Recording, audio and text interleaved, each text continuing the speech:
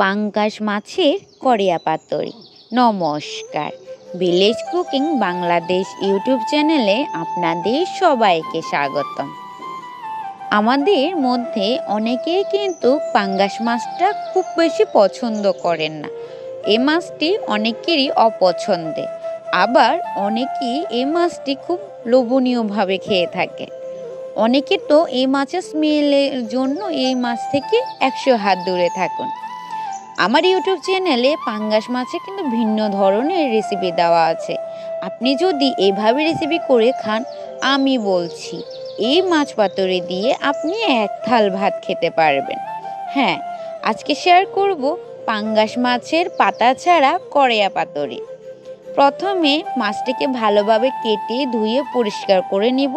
এরপরে বেশি পরিমাণে পেঁয়াজ কুচি, রসুন বাটা দিয়ে, এরপর মরিচ বাটা, হলুদ দিয়ে ভালো করে মাখতে হবে।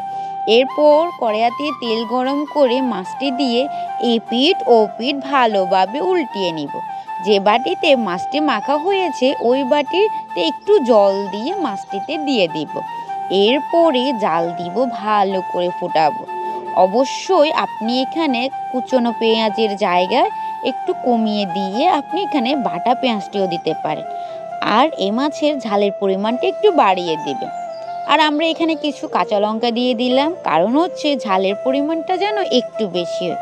আপনারা যারা আমাদের আগের পুরনো সাবস্ক্রাইবার আছেন তারা অবশ্যই জানেন আমরা ঝাল খেতে বড্ড বেশি পছন্দ করি। এরপরে বেশি পরিমাণে ধনিয়া পাতা নিয়ে ভালো করে শুকিয়ে নিব। বেশি শুকাবো না, আপনি চাইলে এটাকে পুরো ভাজা ভাজার মতো করে খেতে পারেন।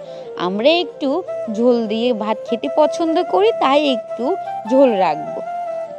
এই যে তৈরি হয়ে গেল আমাদের পাঙ্গাস মাছের পাতা ছাড়া কড়িয়া পাতুরি।